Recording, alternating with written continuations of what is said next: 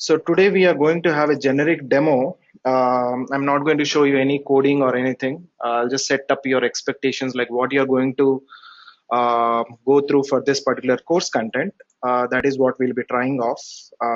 So don't expect I'm going to teach you anything related to programming. Okay. Okay, fine. So I'll start with some very generic stuff. Okay. And then we'll go around. Okay. Then we'll go to the technical part of it.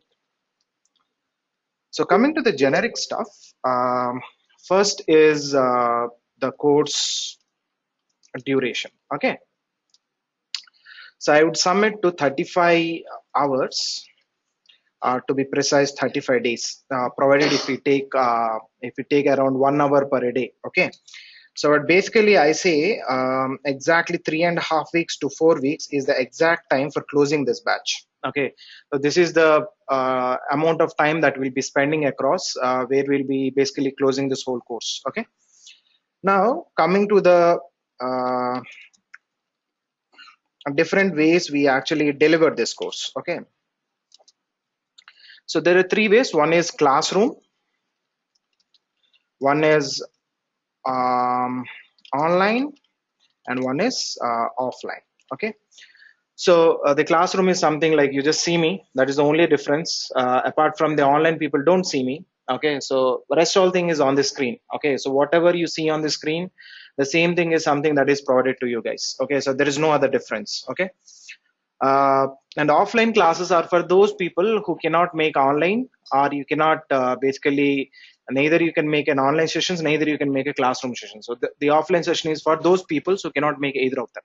Okay, so they want to go on a self-paced sessions or something, so you can basically go for offline. Okay, now we won't give you recording sessions. I'll talk about it in a minute. I'll come to that too. Okay, yeah. So that's about deliveries. Let's talk about the notes. So people do keep asking me, like, what about the notes? Okay, so we have notes in a different ways. We have running notes.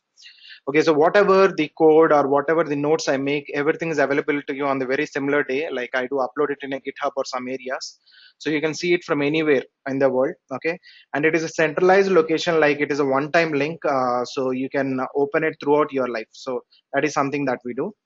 Apart from that, we have some books. You won't find a lot of books in the bookstores yet, so you still find those Java books, C programming books, and everything, which is very related to the college curriculum and everything. So you may not find specific books related to your Python knowledge stuff. So we have those books and everything in a Google Drive. So I have read around some good like 12 to 15 books starting from beginning to end. At least I didn't pile them up though. So few of the books I have got through a reference from a couple of the people who have read and said that these are good books. So there are some recommended books which I basically keep around. And more importantly, we have some notes. So this is the basically the notes that we basically have. Okay, so uh, I don't believe in like you coming down here and behaving like a journalist and making a notes. Okay, so I don't believe in that. So what I have done is, I have taken a pain to actually create the notes for you guys. So you don't need to make any notes. You just need to come here and see and ask your questions. So all you need to do on a daily basis is come down here, sit here, listen to me, ask your queries. Make sure that you understand what the concept is all about. You don't need to worry about making a notes or even making anything. Everything is available to you. So you can download the notes, you can take a printout of it, you can do all those kind of activities. Okay, so that's about your notes. So we'll talk about one more thing called as a group. So we have a group called as lamp underscore tutorials. Okay, now I'm not a full-time guy. Okay, I just don't teach. The teaching is a kind of an hobby for me. So uh, like I do come at the end of the day, or maybe early in the morning for an hour or two, and I just teach and I go off. So the challenge, basically, most of the people do ask me is how do we actually uh, collaborate, or how do we actually query if we have any queries. So what I've done is, like we have made sure that we have put all the people from multiple batches. Like, just a minute, guys. People online, you have to put yourself on mute. Okay, if you have any queries, then you can unmute yourself. Okay, and people who are in the classroom, you can please put your mobiles on mute. Okay, just to make sure you don't disturb your colleagues. Okay. So, uh, so coming to this group, the LAMP underscore tutorial is a very important group. So from 2013 we have started this from the day one. So this is not a very small group. So this group consists of good like around 600 Python developers. Okay, so we have trained around 600 Python developers. So tomorrow, if you want to start up your own company, you have any queries, you want to pull people for your own projects or something, you can do all those kind of activities. So what all we do in this group? Uh, so in this group we ask questions, so it can be any time of the day, right? So I have my pupils back in Texas, California, or you can say anywhere around the world. So I have pupils around the world. Okay, so this is one of the locations where I teach, but I do take some online classes where my pupils are also from Texas. Okay, so you have Python related courses across the world right now. Okay, so you post any question at any point of the day, you'll surely get a response back. So this is a group where we make sure that if you have any queries, we respond back to you. We have recruiters in there. So in case if there is any job opening or anything related to freshers or experienced or anything, we just post it open. It's not like we are favoring anybody.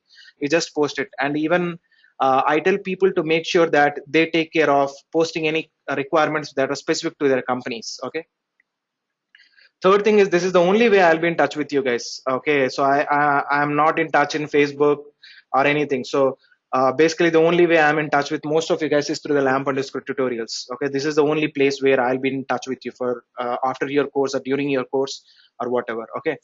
And every other information related to seminars, we do a lot of seminars. So apart from the courses, what we do here, we do some seminars once at least a month. So apart from the topics what we teach here, so that's relatively being 35 hours, that's good amount of time. But apart from that, we do get requests from different people, like who basically ask us like, we want this, can you give us a small walkthrough that, so that we can just do that. So we have a team where you can be also part of the team. You can come down, you can give seminars, and you can do those all kind of activities. Okay, so that's about the group, guys, the LAMP underscore tutorials.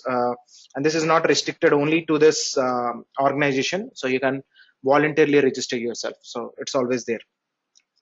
Now next is videos. Okay, so this is something like I want to state. So basically what happens, like you listen my class and you feel like, okay, Santosh, your class was good, your things were good, I could feel that everything was going good, but I didn't understand anything. I want to go through your class again. Now that's one of the challenges that I have been seeing across. So what we do is from the day one that you just see right now, so it's even in the demo class, I'm recording this class. The reason being very simple, uh, is we give you stream of the videos. We don't share you videos, we don't give you videos. I'm keeping on repeating this again and again. We give you stream of videos, we don't give you videos. Okay, if you understand, stream of the videos in the sense, you people can come down here. We have these recorded videos, you can go through those recorded videos. If not, we have this facility for these online people, like they can take slots. Okay, so currently we don't have a facility, or we didn't see a perfect tool yet where we can do streaming without people get downloading them or something like that. So you can take slots from Chatterjee. So Chatterjee, I'll talk more about Chatterjee in a minute. So so you can get in touch with him. You can take a slot from him. You can say, Chatterjee, I'm free at 10 to 12. So you can take that slot. You can log in from home and you can see the video also. If you're way too far, you cannot make it here. But if not, if you're coming down here, we have a lab here where you can sit here and you can go through all those videos. That is something that you can do again. That is the beauty, basically, that uh, you can look at those videos, a stream of videos, both online and coming from here. But online has its own restrictions, like we don't have too many servers to actually stream you that much number of times. So it depends on the availability of the systems, and also it depends on the first come first serve basis. Okay, but if said, every class will be recorded. Now you may ask me why I'm recording this first class. Okay, so I'm recording this first class just to make sure that if you say that's okay, Santosh, you promised me this on, yeah, please come in. So you promised me this on the demo day, you didn't give me this. You promised me that on that day, you didn't give me that. Okay, you people can go on the back side.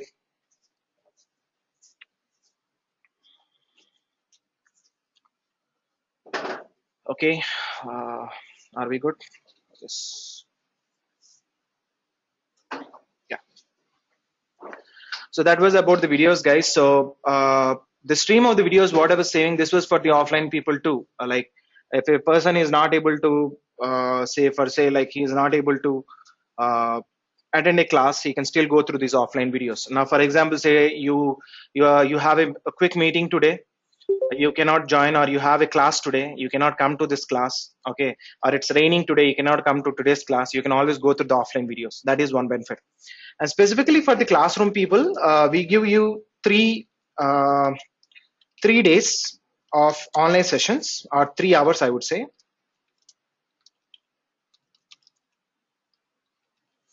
free. Okay.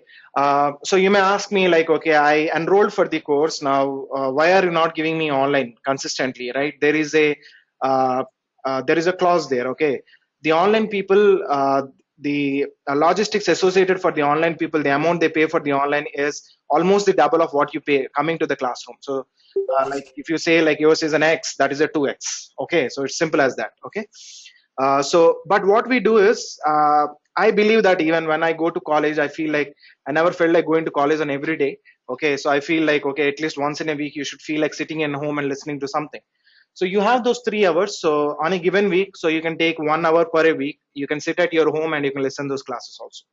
So that is a facility specifically for classroom, but online people, you always have that facility. Okay, that was about videos. We have some seminars too. So seminars we have one every month. Okay, so the seminars, as I was talking about, seminars are something that we do every month just to make sure that you people can basically go for the latest topics whatever are there. Okay, apart from what we teach here. um, what else I need to cover? I covered course duration, delivery, notes, groups, videos, seminars, yeah, projects. Okay, so we have lots of projects. Okay, so when I say lots of projects, so the number of projects that we are very huge. Okay, so that means like you can do any number of projects. So we have the projects, we have the documents, we have the source code, everything is available. So if you are a guy who feels that, okay, I need the project, I need the source code, I will take a printout of it and I'll put it in my resume and I'll go, it's up to you. You are kind of a guy who feel like, okay, I want to do something new, I want to create a project, or I want to sit in a project and do something, it's up to you. It's no longer a school or a college that you're going to get marks. Okay, so it's all you're learning only. So the more the number of hours you spend on it, the more better it is for you. Okay, and I'm not a guy who's going to run out of after you. I'm not your teacher or your professor. Okay, I'll just come here, I'll make sure I'll spend as much time as possible with you guys so that you people can learn. Okay, but it's up to you. Whatever questions you ask me, I'll be ready to help you across, but you have to approach me. I'm not going to approach you guys. That is very simple. Okay, right. So I think I'm done with my generic stuff. So before we go to the technicality of this course, so any queries, generic queries, any generic queries? So during this course of 35 hours, so I'll be the one who will be taking care of your whole course content. Okay, and the remaining things, the other areas that you need to be worried about, your friend and your guide and everybody will be Chatterjee. Uh, how much fees I need to pay, go to Chatterjee. I'm not getting my notes, go to Chatterjee. I didn't get an online link, go to Chatterjee. AC is not working, go to Chatterjee. Lights are not working, go to Chatterjee. Okay, so rest all things. Okay, videos, I want the video share, go to Chatterjee. So I'm not the one. Okay, so Chatterjee is your the point of contact for everything during the course. Okay, couple of more cheats. Yeah, you can go to the back. Yeah,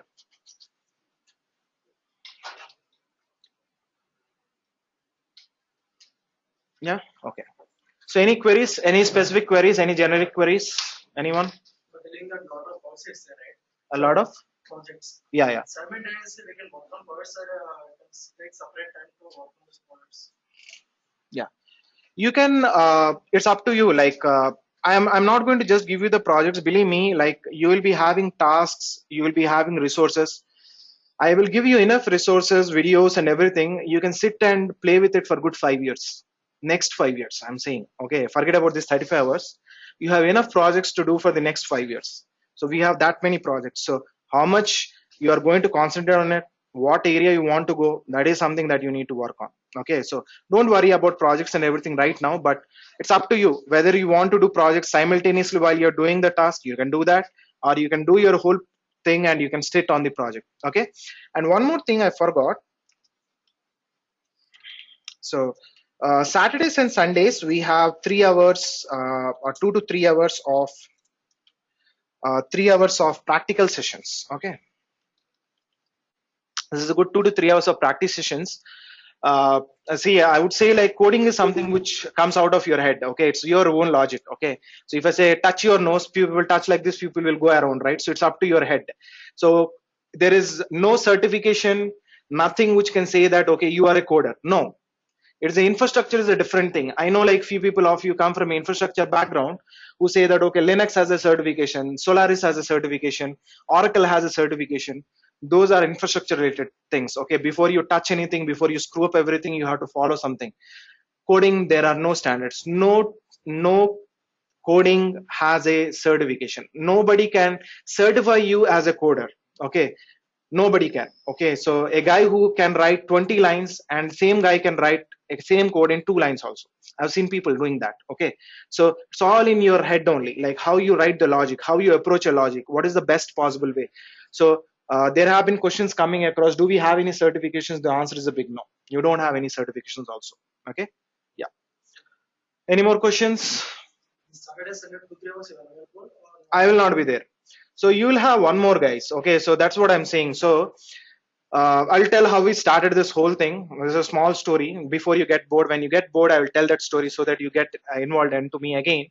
But this is a team completely we are running. Okay, so your practice sessions will be taken care by a couple of guys. One is Vishwa, and uh, one more is Madan. So those two are also working people. Okay, so those are my students. So those will be coming around and they'll be taking care of your practical sessions. So they'll be teaching you what is the how you have to approach a code, or if there is a code, how do you see it, what exactly they do in real time. So those all kind of queries. So whatever I teach you, this is not completely theory. So don't think that I'm going to teach you only theory part. It is not at all theory. It's completely practical oriented, full code, full-fledged coding. That's it.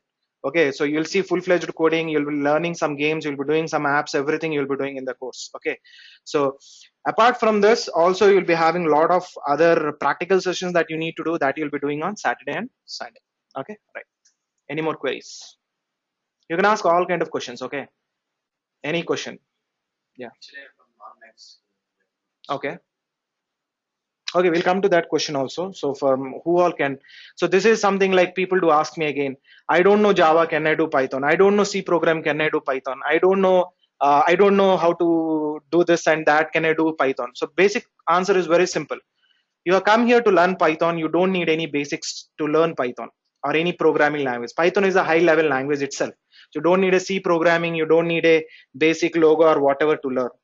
All you need is dedication for the Python program. But one thing is very mandatory. You people should know how to switch on the system. That is the basic requirement. Okay. So if you know how to switch on the system, you're ready for this course. Hopefully you all know, right? How to switch on the system. Right. Yes, exactly. Right. Next. What else? Python students enough to get the job, or you have to relate it to do some other course? Yeah, good question. Now see, the current industry standard, if I say like, how many of you are working here? Please raise your hands. Yeah, good. Now, when you people are working basically, so what happens is you all are already into the industry, right? So there is basically, you have already proved yourself, you are into the industry. So you are doing a Python programming or something. So you can very well get into that particular areas through the particular organization. But specifically for the people who are freshers and you are looking for a very quick entry into the market, or specifically who are into college going students who are in the last year of your college, so Python is a very good skill set that you can add to, right? But if you have passed out of your college, if there is no like say intake of from any big organizations, I would recommend you a framework, Django, Flask kind of a training. Okay, so Python is the basic, and on top of it you can do Django. So you know this Facebook, Twitter, e-commerce sites and everything, right? You play with them daily. So the front part is all the HTML stuff, CSS, JavaScript. You talk about Angular, everything, Node.js, everything, right? So the underlining is nothing but you can write a server scripts like related to Python. So Django is something that you can do. It's an advanced course on Python. So you can basically do that if you want a quick entry into the real world. Okay, but if not, if you even if you do Python, there are job opportunities, but if you want a quick entry into the industry, you basically need to do Django. Okay, I'll be honest there. Yeah, let's see what questions we have. Okay, Shravan, if you have any questions, please post it. I'll go get back to you. Yeah, right. Any more queries? Did you get your question? Yeah. So we want to learn Django. So Python is okay, right? Yes, Python is must. Django is a Python framework. Okay, so just like Ruby with Rails, we talk, right? You would have gone across Amirpet, they would say Ruby with Rails. So just like AngularJS is a framework for Java, so same thing. One more thing I have to also want to learn Python. After that, we have to learn again Selenium automation. That is helpful to this course. See, Selenium is a different thing. Okay, I'll talk about it when I'll come to modules for you guys today. Okay, so I'll talk about it in a minute. Okay, so you keep your question till the end. Okay, yeah. Any more questions? Duration for Django is 1 month. It's 1 month. Yes. It's a framework. You need to learn in and out. It's one more Python kind of a thing. So Python itself is big. This is again one more C. Yeah. Any more queries? Any more? Any more? Okay. Any more questions, guys? Last benches. Yeah, good question. So what is scripting and what is programming? Anyone? Any answers? Don't have AC there? Yeah. Anyone can tell me what is oh, it was not on.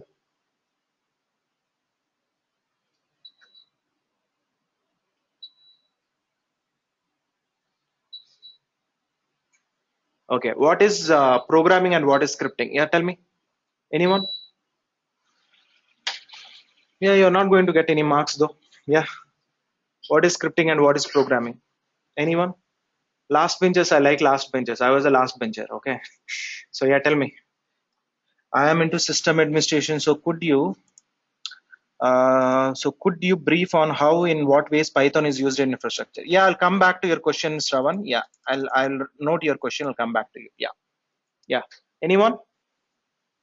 See, um, so this is a very generic question, like what is scripting and what is programming. Okay. Now, when we talk about scripting languages, I can give you some examples like shell scripting. When we talk about Linux-based operating systems, we have something called shell scripting. When we talk about Windows, we have something called PowerShell.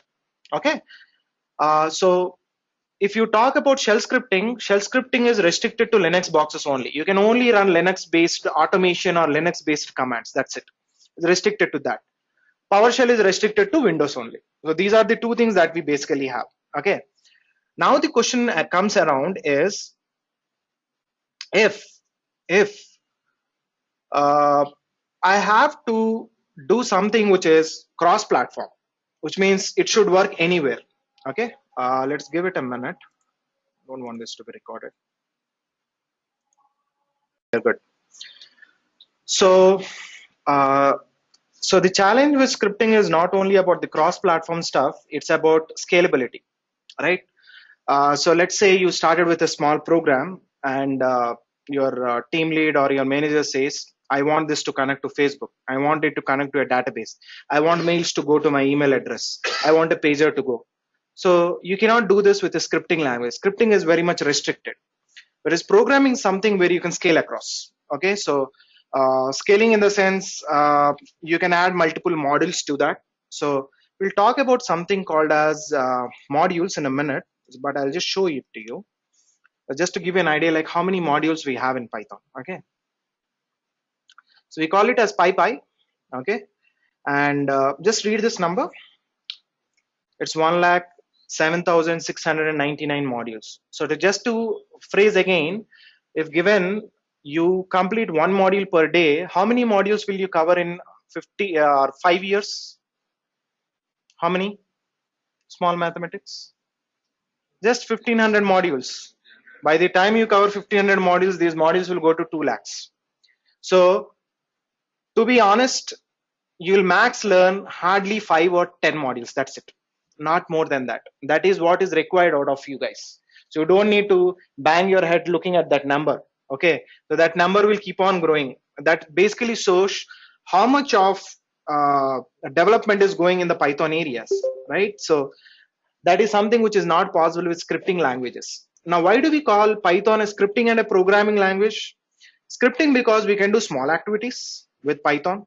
You don't need to write a complete object-oriented class program just to say a hello world as we do in Java. In a Java, if I have to do a hello world, I have to write an object-oriented programming for that. I have to write a class for it. I have to create an instance for that. Then need to call a hello world for it, right? You don't need to do that in Python. You can write a very simple programming. Okay. Uh, so that's called scripting. So scripting is for small tasks. Programming is somewhere where you want to enlarge your program to scale your needs in future, which a normal scripting languages like a shell programming or a PowerShell can't do, whereas your Python programming can do that. Yeah, got it? Got the understanding? So if anyone asks what is Python, so Python is code is same as the program and scripting, right? Yes, it's exactly the same. Yes. Any more queries? Yeah, no doubts. All good? Okay. All right. So I think I'm good with generic stuff. So any more questions in these areas if you have missed out any? One last time.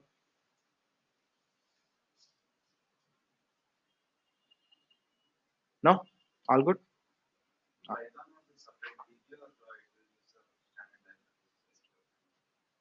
Come again? Python is a programming language. It doesn't have a DB, so but you can integrate it with a DB. So Python has a specific framework called as SQL Alchemy. You can associate SQL Alchemy with any database that you like: Oracle, MySQL, MongoDB, MariaDB, Cassandra, anything. So you can play with any of them. So it's treating your table as an object. So yes, you can. If you are more of a database person, yes, you have a lot of things that you can do in Python. Did I answer your question? Yes. Next. Next. You can ask any generic question, any foolish question. You can play it around. Not a problem. Feel free. Okay. Then only you'll ask a lot of questions. Anyone? No? I'm not going to cut you on marks in seminars. Right? Anyone? Any questions? Any questions? No? We are good? Yeah. Fine then. So coming to this topic, so I'll just show you. So it looks very nice, right? I'll just show you one particular areas. Okay, all the notes that I have written at least. This looks like a HTML page, isn't it? This is not a HTML page. This is again a Python toolkit. Okay. Now see what is the backend for this particular thing. Okay, a simple text file.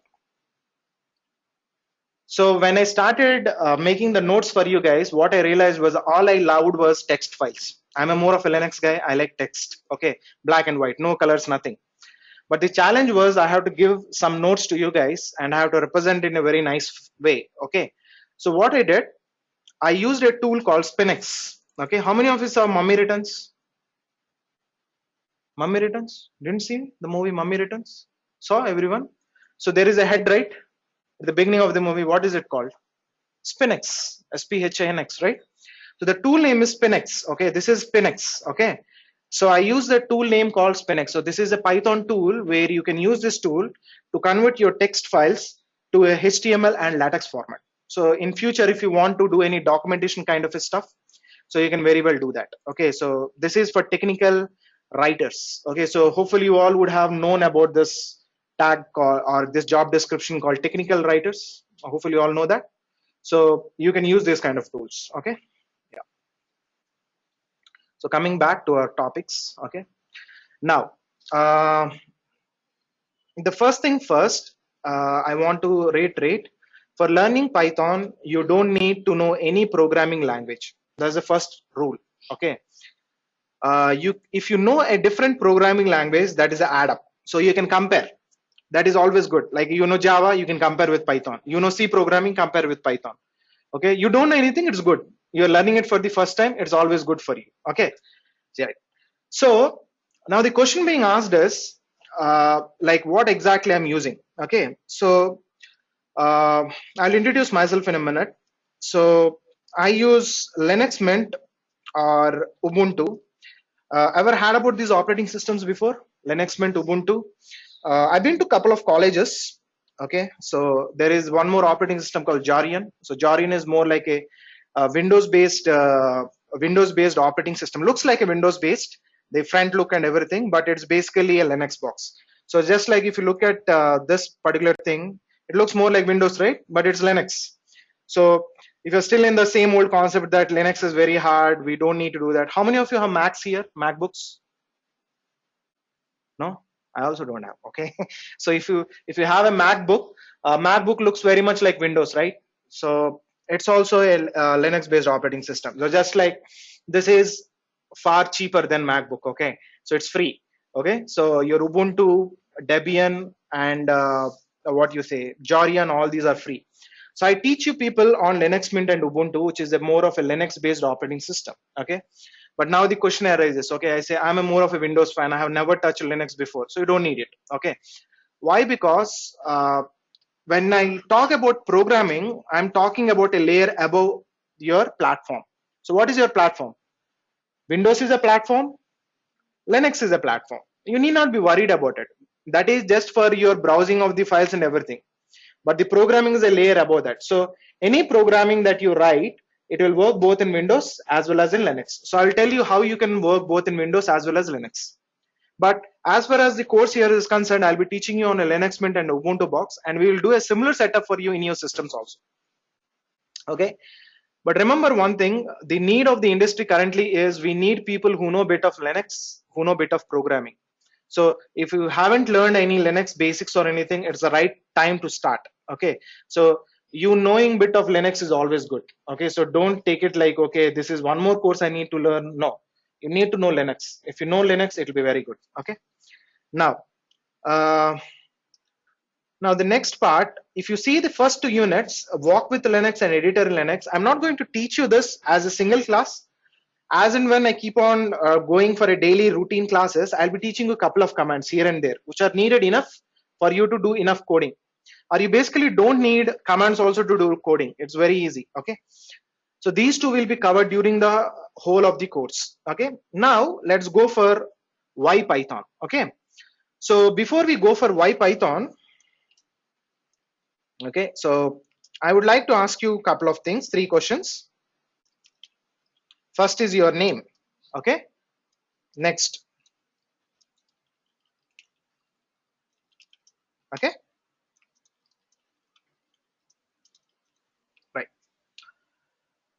So this is not a Bahubali movie, right? You are not here to see me for 1.5 hours. Okay. I'm not that interesting though. So what motivated you to come here today? Okay. So your teacher motivated you, your father motivated you, your cousin motivated you. Okay. So or your manager motivated you. Okay, so who motivated you to come here today? Okay, that is something. Or what is your motivation? You want to build something like a Facebook or something. So what is your motivation? Okay, uh, so before that, let me introduce myself. So my name is Santosh. Okay, uh, so I have an overall industry experience of 13 plus years. Okay, and I started way back in 2004. I joined right after my BSc computers, so I completed my BSc. I didn't do any BTech or anything. Okay, so I just completed my BSc. I came to Hyderabad. I completed my Red Hat certification. I ventured into training. Okay, so from 2004 to 2006, I was completely into training. Okay, I gave so many trainings that I got bored of training. Okay, so 2006, I thought I want to quit training. So I got into this one of the MNCs. I won't name any of the MNCs though. So I got into one of the MNCs. So there I worked for 3 years. So I've been into that company as a fresher. So I started with Linux, Solaris, HP Unix, AX. Okay. Then I got into storage, which was like NetApps, Pillars, EMCs. Then one fine day, they told me to work on databases. So I started with databases like I worked on Oracle, Sybase, MySQL, Informix, JD Edwards, everything. Then I ventured into programming. I started with shell scripting. Then I got into Perl. Then I started with Django. Then slowly I came into Python. So it was the other way around. People learn Python first and then they go to Django. I learned Django first, then to understand Django, I learned Python. The other way around. Okay. And I screwed so many applications, believe me. So after the 3.5 years, I got bored with that company. I left that company. Okay. After that, I've been into a banking sector. I was more into the engineering spaces. So I was into giving architect level solutions. So it was something like any new product which comes in, I have to test that product. I have to write scripts around it. I have to write the documents for it. I have to do the deployment for it, and I give it to the support teams. So you say that if there is a fire, then only they will come back to me. Like if there are 20,000 servers which are down, then only they will approach me. Okay, so till that time, nobody will approach me, which means already everything is burnt. Okay, there is literally ash everywhere, and I have to make a house out of it again. Okay, so that was what was the expectation. Okay, so I worked for good 5 years there. Now, after 5 years, I left that company again. Currently, I'm working on cloud areas. So I do work on DevOps areas. I do work on OpenStack. I do work on AWS with Python automation around it. So this is my current profile. So I do work on network areas like software-defined networks, NFVs, network function virtualizations. So this is the next buzzword that is going around, like Kubernetes. These all things you would have heard across Dockers, Kubernetes, and everything. So this is more into that area. So that is a basic small intro about me. Okay, so you don't need to give this much intro about yourself. So you can just tell me your name. If you know programming, and when I ask you, do you know programming? If you have done hello world at least in any programming language, whether it be basic or logo or whatever, I don't worry. If you have done that, you know programming. Okay, if you have done hello world at least once in your lifetime, even in your BTech first year, if you have done hello world, you know that. Okay, uh, and the third one is up to you. Okay, so people online, you can type in your answers in the meantime, and for people here, I'll just quickly walk through. I like the last benches. I'll start with that guy. Yeah, your name, you can take the questions here. Yeah, Raja Reddy. Yes, you know programming. Good. What motivated you today? Oh, okay, so your motivation is your manager. Okay, good. Right, next. Yeah. Okay. Yeah, friend. So your friend told that Python is good or something. Okay, good. Next. Okay.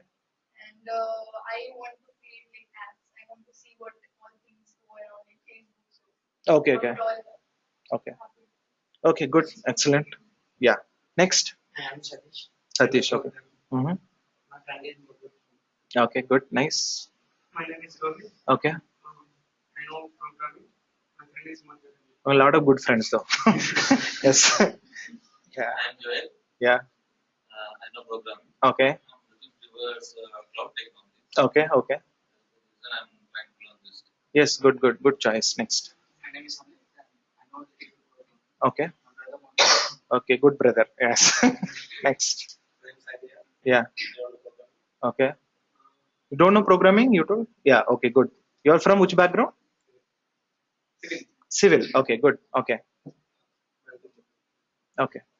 So you can tell a bit about your background also, like your domain, what you're from, because I can tell you, like I can correlate it later. Yeah.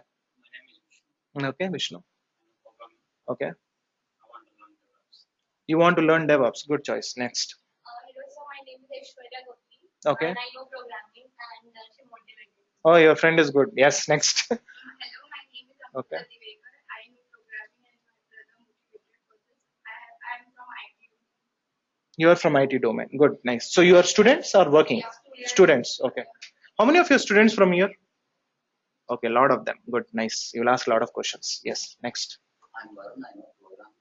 Okay. My brother motivated. Okay. Good. Good. Yeah. My name is Sharan. Mm-hmm. I know a little bit of programming languages. I need to switch my position to higher level. Okay. Okay. Purpose I'm studying. Okay. Career improvement. Good. Next. Yeah. Myself is I'm working on storage. Storage. Okay. Okay. Good. I'm going to move to cloud. Okay. Okay. So cloud storage. Okay. Good. Okay. AWS, so that forced me to come. Yeah. Sure. Sure. Good. Myself, I'm Shravan. I do programming. Mm-hmm. And I'm learning AWS that time. Okay. Okay. AWS. You're learning AWS, so you want to integrate yourself to Python. Yeah, good. Hi, Next. this is Hemant. Okay. I want to skip the company. Okay. So then that time one of my cousin referred to this Python statement. Okay. That's why I want You know programming? yeah, C++. Yeah, good. Nice. Next. My name is Shravya. Okay.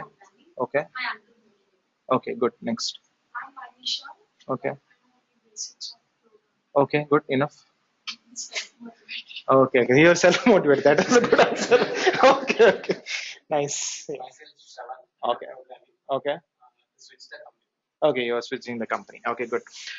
See, the reason why I asked you, people online, you didn't type in across, but the basic idea why I asked this introduction is, believe me, I won't remember your names, first thing. Okay. The basic idea is to tell you people that you all are from different domains. Okay. You all are from different areas. Okay. And you people need to, you have come from different needs and you all will have different needs. Okay.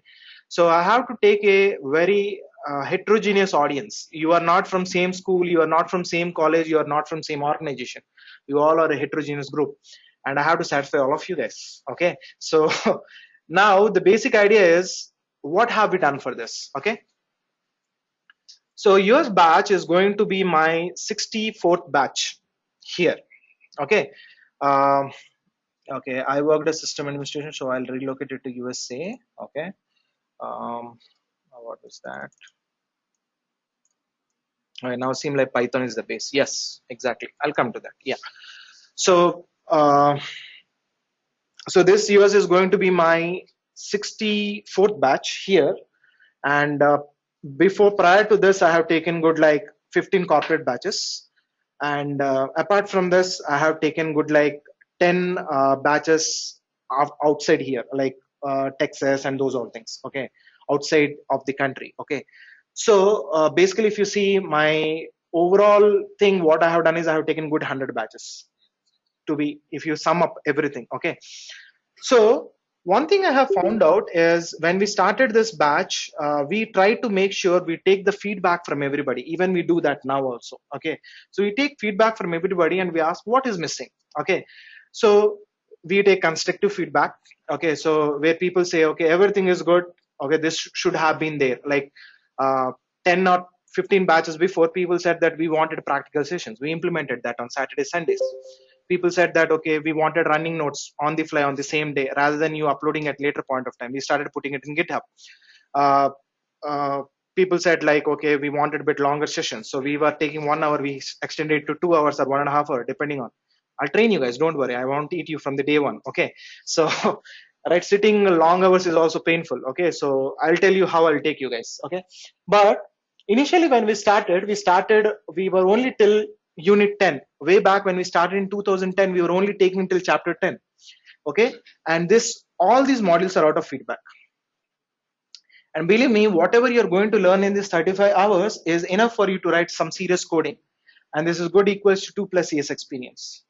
Okay. And if you could do Django, you are almost equal to 3+ years experienced person. That is what we do in a 3 years time. Okay. So you're going to have a null set of those 3 years of experience in a 35-hour session. So you know what is going to come your way, right? So that's what I'll take you through. Okay. So first thing first. So why Python? So if people ask me why Python, Python is a very easy language and it covers a lot of areas. Like you talk about cloud, you talk about DevOps, you talk about infrastructure, you talk about storage, you talk about development, or I will make it very simple for you guys. I need not talk this much. Yeah. So if you go to the success stories, python.org is your parent site. And if you go to the success stories, if you see there, you can use Python in all these areas: arts, business, education, engineering, government, scientific, and software development. So most of us do the last part, software development, but there are people who do the remaining areas too. So engineering doesn't mean that it's only software development or something. If you are from a civil background, you can write something related to civil related stuff. So you are a mechanical engineer. So there was a guy who came maybe good 30 batches before. He wanted to write a code to move an arm front and back. Okay, so there were few people who came from embedded background. So you have these remote control cars and everything, right? So it's basically C programming inside it. People are doing with Python also.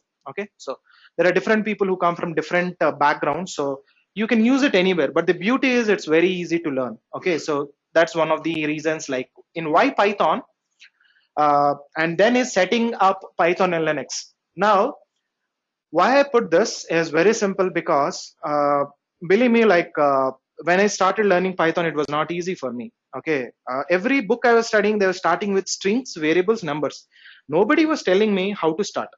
Okay, what do I open? How do I open? Okay, what is interpreter? What is compiler? What is IPython? What is BPython? What is why on the earth has Python two versions? Why it does have two RX and three RX? What are these two things? Lot of questions. Okay, but all the books were talking only about how exactly you can write the coding, how exactly what are variables, everything. Everybody is talking about syntaxes, but nobody is talking how to start. That is what we will do here. Okay, in setting up Python and Linux, we have so many tools. Believe me, you write a code in 2.x, you have tools which can convert to 3.x. You have IPython interpreters, you have BPy, very intelligent interpreters you have. So we'll talk about all those things. Okay, help. Now, let's say I ask you a question: how do you convert, or how do you, if you have a string, you want to convert it to an uppercase? What most of us do? You open your Google, how to convert a string to an uppercase plus Python, right? Enter. You'll go to Stack Overflow, you open Stack Overflow, copy that, put it. Yes, I did it. You go for a cup of tea and over, right? Did you ever ask yourself this question? How on the earth that fellow knows and I don't know? Did you ask yourself this question? How does this Stack Overflow guy knows the answer and you don't know the answer? And did you ask yourself one more question? Is that the only function associated with string, or do we have any other functions? Did you ever ask these questions to yourself? Now for a string, I can convert to an uppercase letters. What are the other things I can do with a string? Or what are the other things I can do with the integer? What are the other things I can do with the float? What are the other things I can do with the function? We never ask these questions, right? The reason being very simple is because we never understand that everything has an help. And if you go through the help, it is very important. Believe me, 90% of the times I don't touch Google, because Python has inbuilt so many tools that you don't need to even bother going to Google also. You can write it on your own. Okay, so that is what I'll teach you in help. Now the chapter 6 is variables, expressions, and statements. Very simple. So we know strings, numbers, integers, floats, how to print your statements and everything. So that is basically what is called as your variables, expressions, and statements. Next is control statements. So in control statements, we have two things. One is conditional flow and one is looping. What is conditional flow? If it rains today, I won't go to college, else I will go to college. That is the conditional flow. You're making conditions, right? Looping. What is looping? Repetitive, right? So, just a generic, how many of you have covered at least till looping in other programming languages? Okay, generic question. Okay, so what is the difference between a for loop and a while loop? Why do we have these two loops? Condition is satisfied, then For what? While or for? while. While. If condition is satisfied, it will go inside. Right. What is for then? For also condition need to be satisfied, right? While is infinite. Exactly. So while is an infinite condition. While can go for infinite conditions, whereas for has a finite conditions. For, you can say for I equal to 0, I is less than 10, I plus plus, means you are very finite with it. While loop never has that. While loop is condition based. Like if you are not satisfying a condition, you can go for n number of infinite loops. That is one of the differences between a for and a while loop. So that is the reason we have both. Now you should have asked this question to yourself, right? Why on the earth we have two, right? So if you want to go for just a conditional based stuff, you go for a while loop. If not, you go for a for loop. So we'll come back to that, but just for that, okay? So next is data structures. Now coming to the data structures, we have lists, tuples, and dictionaries. What is a list? Anyone? How many of you did ever work with list or arrays before? Anyone? No? Okay. Right. So, yeah, anyone? Multiple data types. Okay. So, list is a collection of data, you can say simply. It's a collection of data. Like, for example, say, if I say my underscore fruit 1 equal to apple, my underscore fruit 2 equal to banana, my underscore fruit 3 equal to cherry. Instead of writing this way with the different variables, you can create a list called as my underscore list equals to apple, banana, cherry. There's a zeroth element being apple, first element being banana, so on. Okay. Now overall, how many do we have here? So list is a heterogeneous collection of data. That is what we have. Now we have something called tuples. Now what is tuple? Tuple is the read-only representation of a data. Now, why do we need a read-only representation of data? What is the use of a read-only representation of data? Forget about security. Tell me basic things. Why do we need a read-only representation of data? For example, client have to say the No, tell me some basic stuff, generic stuff, day-to-day activity. Think that I don't know anything about client and anything. Forget about clients. Tell generic stuff. Tell some things which you change. If you change accidentally, something bad will happen. Day-to-day activities. Days of a week. If I put 2 Mondays, how will you feel? Total number of days, how many days we have in a week? 7 days. If I put one more Monday inside it, how will you feel? 2 Mondays. One Monday is only awful. 2 Mondays you're putting, right? So what is the problem? You don't want people to screw it accidentally, right? So biggest challenge is not somebody hacking your code. It's your colleague only sitting beside you. He will only hack your code. He will only screw your code. So you want to make sure that nobody touches the variables that you have created at least. Okay, so you want to define them as tuples. Take a simple example, like you all do shopping, right? Flipkart, Jabong, and everything. In the gender column, what do you see? Male and female. Does that change anytime? If somebody puts their X, what will happen? Right? So you don't want somebody screwing up the application. So we have something called tuples just to make sure that nobody touches your variable types. Okay. Next is dictionaries. Okay. Okay. How many of you have Oxford Dictionary back at your home? Oxford Dictionary. What do we do with dictionaries? Meanings. So what is the uniqueness between them? You have a key and you have a value, right? So if I say apple is a red color fruit, cherry is a red color fruit. If I say what is apple, I can say it's a red color fruit. If I say what is cherry, it's a red color fruit. But if I say red color fruit means what is red color fruit? You cannot go the other way around, right? Something like your Aadhaar number. What is Aadhaar? Aadhaar is a unique key for everybody, right? So that is a kind of a dictionary. Like you can have a unique key, but you can have duplicate values. Like for example, say you have a unique identification number, your dad has a unique identification number, your mom has a unique identification number. All three of you stay in the same address. There is a duplication there, but I'm not worried about it. But what more important for me is a key value. Same thing that we do in real time also, like your employee IDs. All your employee IDs are there. Your employee IDs also have a unique number, right? So with your employee IDs, you get your salary, you get your designation, everything. Okay, so that is dictionaries. Now coming to this, so there is one more thing I want to talk about. Anyone from big data here? Anyone talking about big data? Anyone from that background? No? Good. So yeah. So when I talk about list is a single dimension. Okay. So if you talk about a multi-dimension representation of data, okay. So can anyone give me an example of a multi-dimensional representation of data? Oh, multi-dimensional representation data. Anyone? Day-to-day things. Multi-dimension. It could be 2-dimension, 3-dimension, 4-dimension. Yeah. 2-dimension. Yourself, your faculty towards your employed your company. Okay. But a single coordinate with 2 dimensions. That's what I was asking. You are talking about relations. I'm not talking about relations here. I'm talking about 2-dimensional representation of data. Longitude, latitude. You have a point somewhere. You're representing the dot with two things, right? Longitude, latitude, isn't it? So that is a 2-dimensional representation of data. You have an Excel sheet.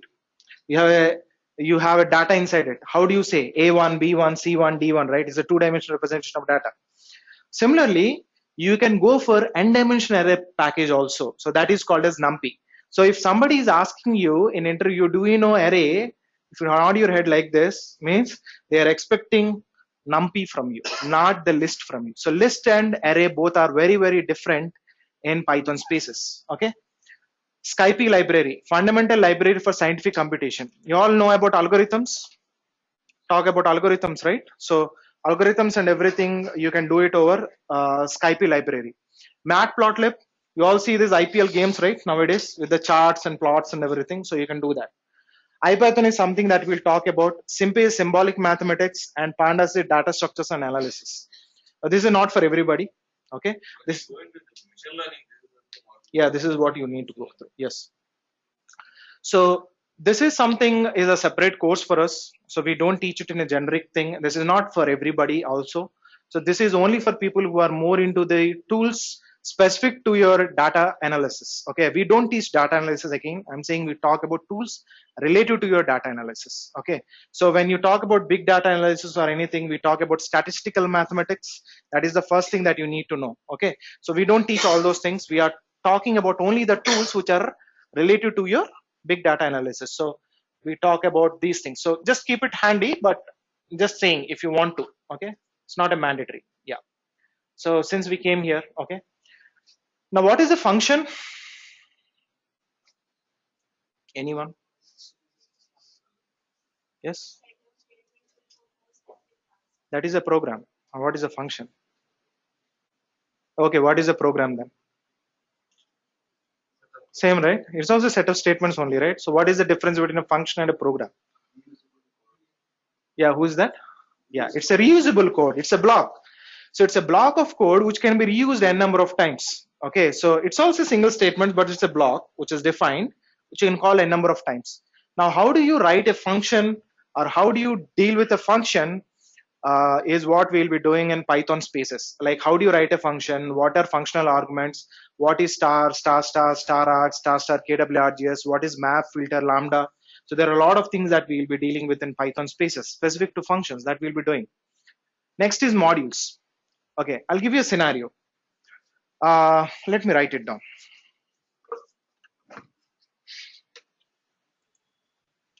Okay, let's see how many of you have done this before. So I have a program one, which has a function name f1, f2, f3. I have a program two, which has, I already wrote f1 function name, f2 function name, f3 function name, similar names. Now I'm going to write a f4 function. I'm about to write a f4 function, and I realized that f4 function is almost similar to f1 function, or it is exactly the f1 function. So what do you do now? Okay, I repeat it. P1 is a program which has three functions, f1, f2, f3. Now I'm having one more program called P2, and P2 has three. I already wrote three functions with the same name, f1, f2, f3. Now I'm about to write f4, and I realized f4 is nothing but exactly the same functionality which the f1 program of P1 is providing me. Now what do you do? Import the? Yes, import the. What does that mean? Nothing but a module. But what is a module? That's what we want to explain, right? Because what are you doing exactly? When you say import, what are you doing? Yeah, exactly. So what exactly I'm trying to do here is half of the things, especially when you're doing programming, what you people do, you know, most of the people, they'll copy the F1 program in P1 and they'll put it into the P2, then they'll change all, they rename everything. They'll rename the whole name, right? They'll copy F1 code into P2 program and they'll rename it as a F4. Every variable they will change. This is what people do. Now that is something which you need not do. What you can do is you can import the F1 program and you can start using it in P2. That is what is called importing. That is what is called modules. Okay. So how you can use it? P1 dot F1. So you should not copy everything. Okay. So just that there is some program there, you just copy it and put it. I even did that. Okay. So later I realized that, okay, that is not the way to do it. Okay. So when you look into P1 dot F1, so F1 is a different function from a different program. It's a different namespace. Namespace is nothing but just variables. Okay. So when I talk about modules, I will not be teaching you about how to install modules. What I'll be teaching you is about how to build your own modules. So how a module works, what is the basic thing that need to be done to make sure that your program works as a module in future, which means today you wrote a program, you never realize, okay, when you may need that function again, but you should be able to use it. That is what is called as a module. Okay, you write a program thinking that you might be using that function at later stages. Okay, so that is basically what is called as your module. Okay, so basically speaking, there are so many people across the globe who have helped you with a lot of modules. And how many modules we have overall? So we have around 1 lakh modules. So forget about your own customized modules, but there are people who have already contributed to this Python area. So those are called as PyPy modules. Okay, so that is about PyPy. Now, after that modules, we have files. So when I talk about files, so reading from multiple areas. So you read from a doc file, you read from an Excel file, you read from a HTML file, you read from an XML file, you read from a YAML file. There's so many extensions I'm talking about. You read from a web page. Okay, all of you do shopping, right?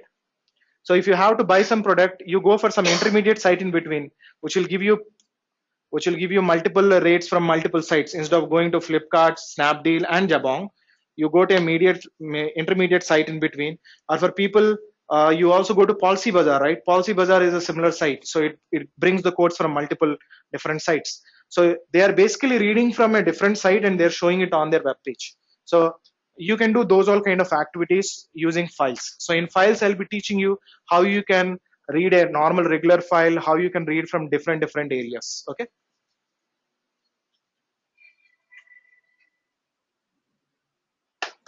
Okay. So the next one is exceptions. So exceptions is about errors, right? So you always have a form, let us say, and you click on submit. You didn't fill something, it'll take your pointer there, right? And it'll show that, okay, please fill this. That is called exception handling. So instead of giving a garbage, you are giving a far more meaningful explanation to the error. That is called exception handling, right? So how do you do exceptional handling is something that we'll do in exceptions. Next is regular expressions. Anyone knowing what is regular expressions? Regular expressions, pattern matching, and regex, anything? Okay, how many of you play games on Facebook? No, you're not using Facebook anymore? Okay, you use? Okay, good. Okay, fine. How many of you get invites from your friends? Most of you, right? Now, how is Facebook capturing your friends' email addresses?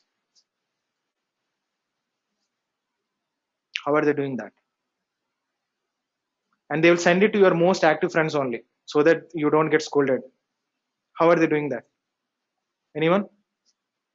So what they're doing is they're doing a pattern match on top of email addresses. All they know is at the rate, and they're taking this side of the email address, this side of the email address. And they're just capturing it for you. Simple things, okay? So pattern matching is something where you have a bulk of data and you want to grab some information, something like that, okay? So for example, say I ask you a very simple question.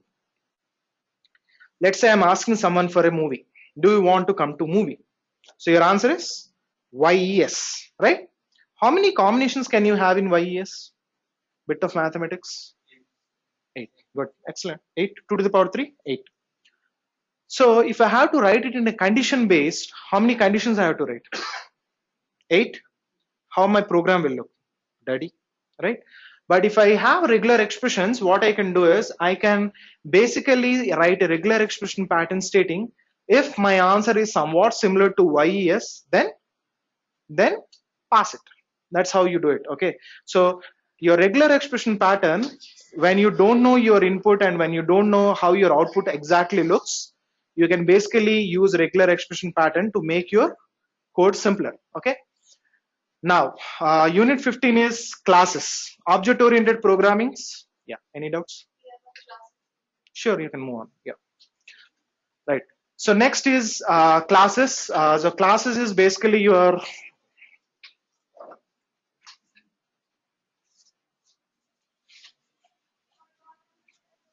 thank you. So classes is about object-oriented programming. One of the reason half of you would have left programming is object-oriented programming only, right?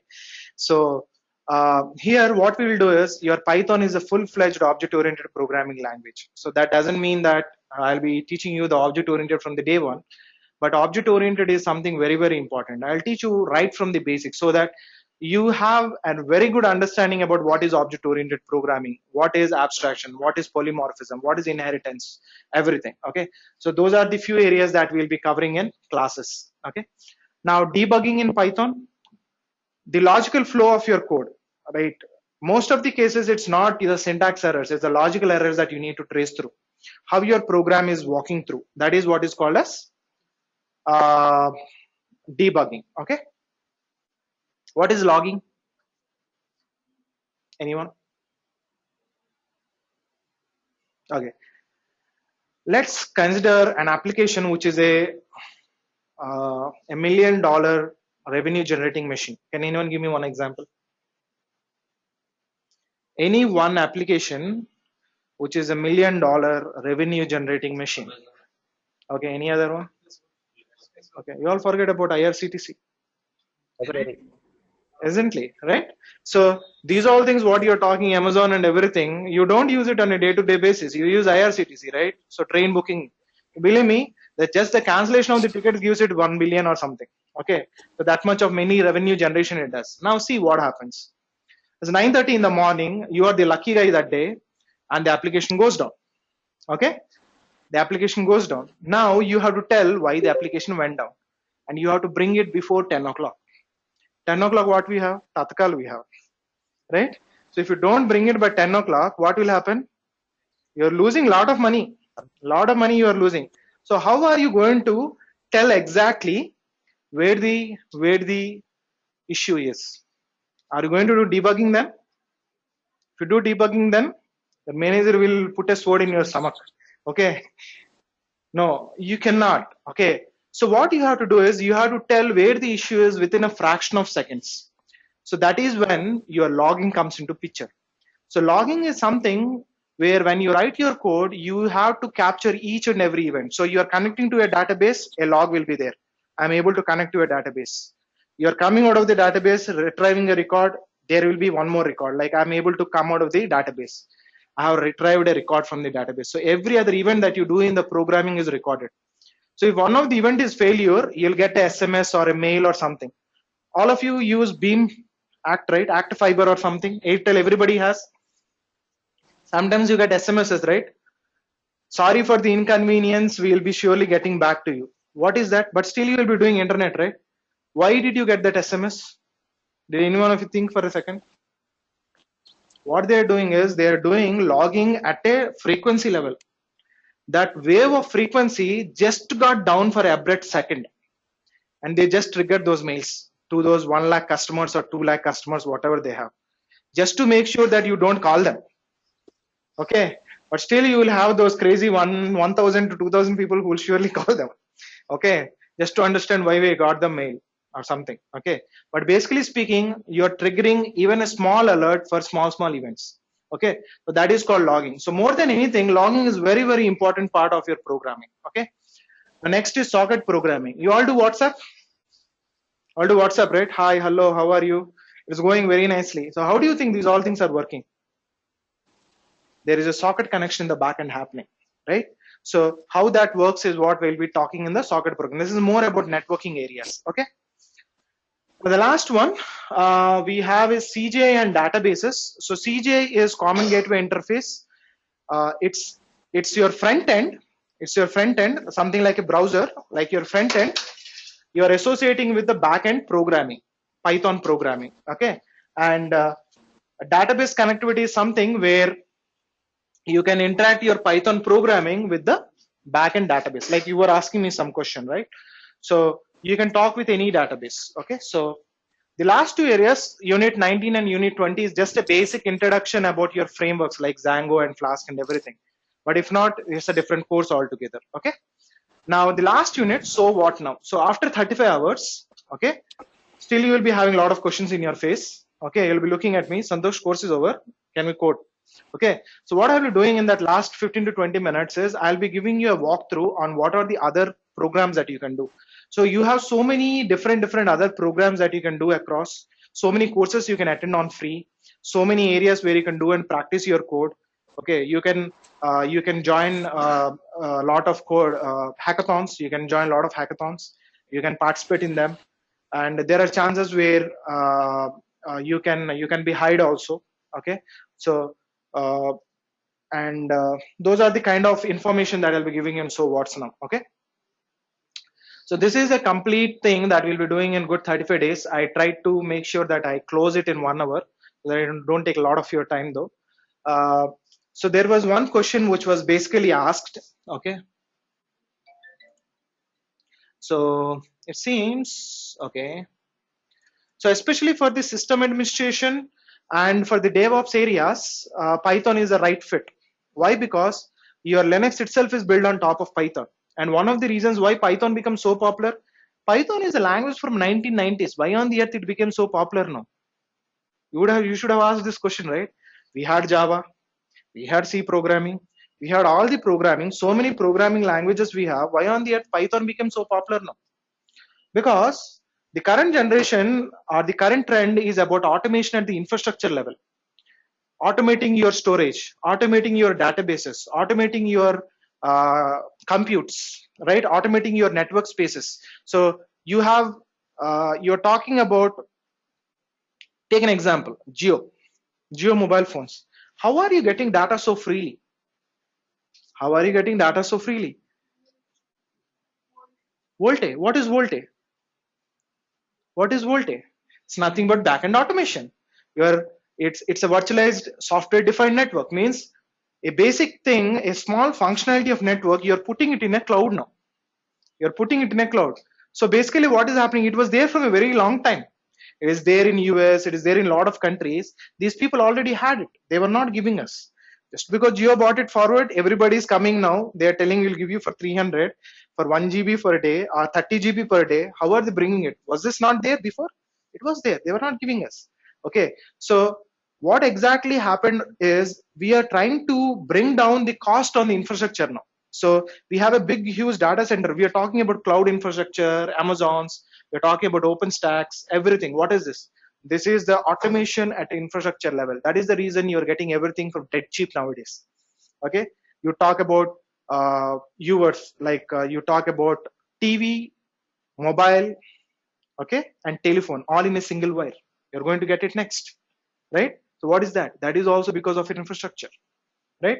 So you have a small box in your home. You have the setup box, right? What is that? That is also nothing but a simple OpenStack node only. That is also small software, right? So they have put the whole of this particular. Previously, how we used to have? We used to have a big antenna, right, in the back of our house. Now, how do we have? We have a small setup box. How is it working? There's all the automation in the back end only. There's all the automation stuff that we are doing. Now, Python was already there on Linux boxes, and so what is happening? The deployment cost is negligible now. If I use Python, literally zero. So I don't need to redeploy Java or Ruby or anything. Already I have Python, and Python is already a full-fledged language where I can do so much of automation. So that is the reason Python is so popular now. It's not that it was not there. It was there. It was there from 1990s. I'm working from 2004 on top of it. Okay. So which means it's already like 10 years. Okay. I have been knowing Python, but now Python is from 1990. Okay, maybe I was playing at that time. It was there from that time. Okay, but it's become popular now. Now you talk about cloud. Do you think cloud was not there? Cloud was there from 2000. Amazon was selling cloud nodes from 2000. Okay, you all know about that now. You all talk about data analysis now. When was data analysis there? Data analysis was there from 1960s. You know now. You talk about big data analysis, Hadoop and everything. It was there. You talk about DevOps now. DevOps I was doing from last 10 years back only. We are writing our own tools. Now the tools have come. They have come with a different name. Everything is there. Everything is automation. Okay. So just to wind up this, so I made sure that I cover a lot of topics in a single thing. But basically speaking, you can automate a lot of things with Python. That's what I want to cover up. Okay. So I'll just wind this up with a question answer session. So if you have any specific questions, guys, you can very well ask to me. People online, you can start up if you have any specific questions.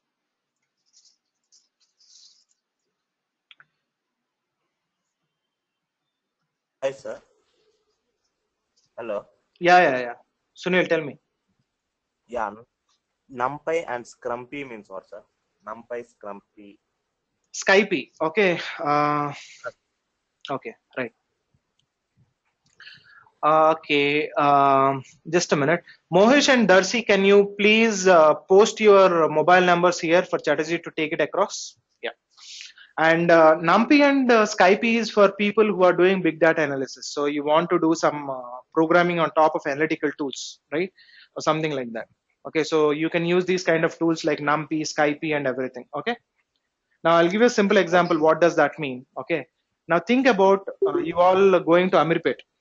Okay. So in Amirpet, there is so much of crowd and there will be a traffic guy standing always, right?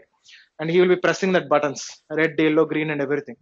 Now think about I will do data analysis on top of the crowd. Morning, this much of density is coming. Evening, this much of density is coming. I'll take the whole data for 1 year and I will do a data analysis on top of it. Prediction. During rainy seasons, what happens? During winter season, what happens?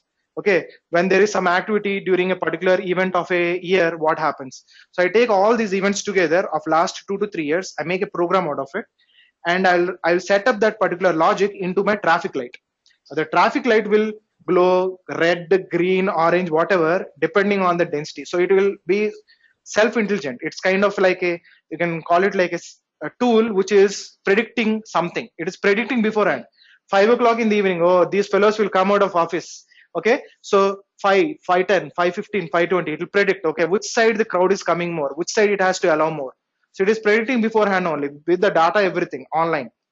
So it is taking the current data, just like your Google Maps, right? Google Maps was, what was Google Maps some 10 years back? Nothing. It was big zero, right? You used to say, I want to go to Vijayawada, it will take you to somewhere else, right? It's not the case now. You are going within the city also everywhere, right? Using Google Map. At least I do it a lot. So how does that happen? It has taken the data and it is predicting now everything. You give it a new direction, it will take it. Next day it will take you that side only, right? Shortest cut, right? So these all are something related to predictive analysis. And for this, you need some tools. So the NumPy, Skype, Matplotlib, these are the tools that you can use. Okay.